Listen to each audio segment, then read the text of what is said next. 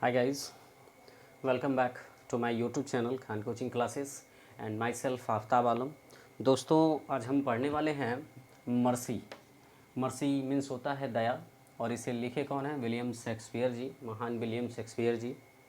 तो इस पोएम में क्या बताया गया है, तो यह लेसन स्टार्ट करने से पहले मैं चाहूँगा कि आप इस वीडियो को पूरा अंत तक देखें, ताकि आसानी से आपको पूरा का पूरा वीडियो क्लियर हो जाए, आगे से आपको कोई प्रॉब्लम ना हो।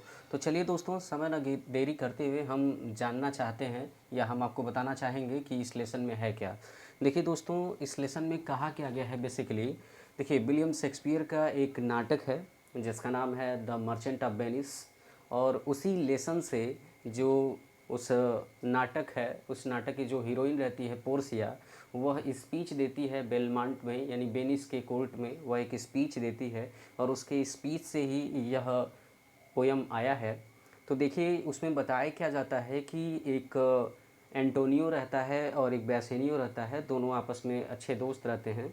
तो बैसेनियो चूँकि पोर्सिया को पसंद करता है, वो उससे शादी करने के लिए जाना चाहता है बेलमांट, तो उसके पास पैसे नहीं रहते हैं, और एंटोनियो उसका दोस्त रहता है, वह एक व्यापारी रहता है, तो उससे कुछ पैसे अरेंज करवाता है।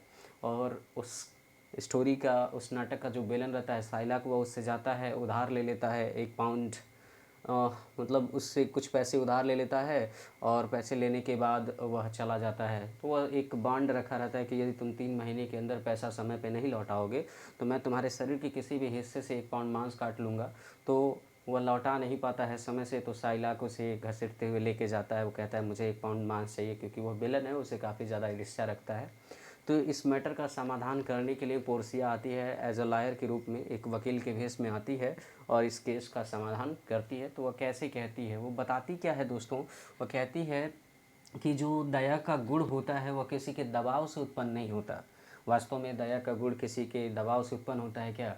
आप जानते हैं, किसी को 2 झापड़ मारेंगे आप उससे कहेंगे दया दिखाओ, तो वह दया नहीं दिखा सकता। दया का गुण किसी के भी दबाव से उत्पन्न नहीं होता, वो दिल से उत्पन्न होता है। जैसा कि आप जानते हैं, जो आकाश से बारिश की बूंदें होती हैं इस धरती पर, जैसे जैसे आराम से गिरती हैं, उसी तरीके से जो दया का गुण होता है वह मनुष्य के हृदय से उत्पन्न होता है, कभी किसी के दबाव से उत्पन्न नहीं होता।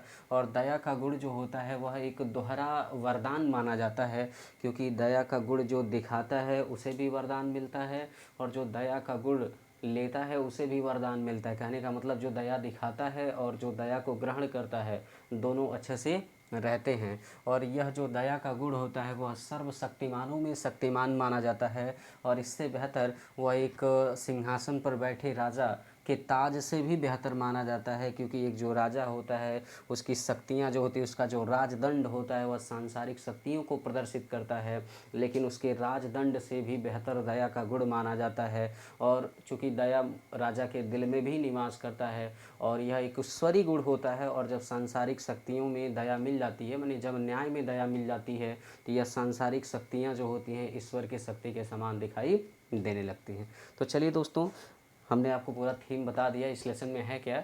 अब थोड़ा सा इसको लाइन बाय लाइन देखिए। देखने से पहले हम आपको एक चीज़ और बताना चाहेंगे कि यह एक सोनेट है।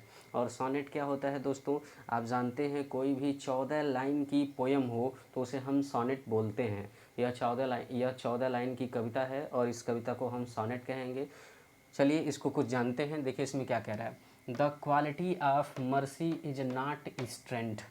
द क्वालिटी ऑफ मर्सी, दया का गुण, इज नॉट स्ट्रेंथ, दबाव से उत्पन्न नहीं होता है।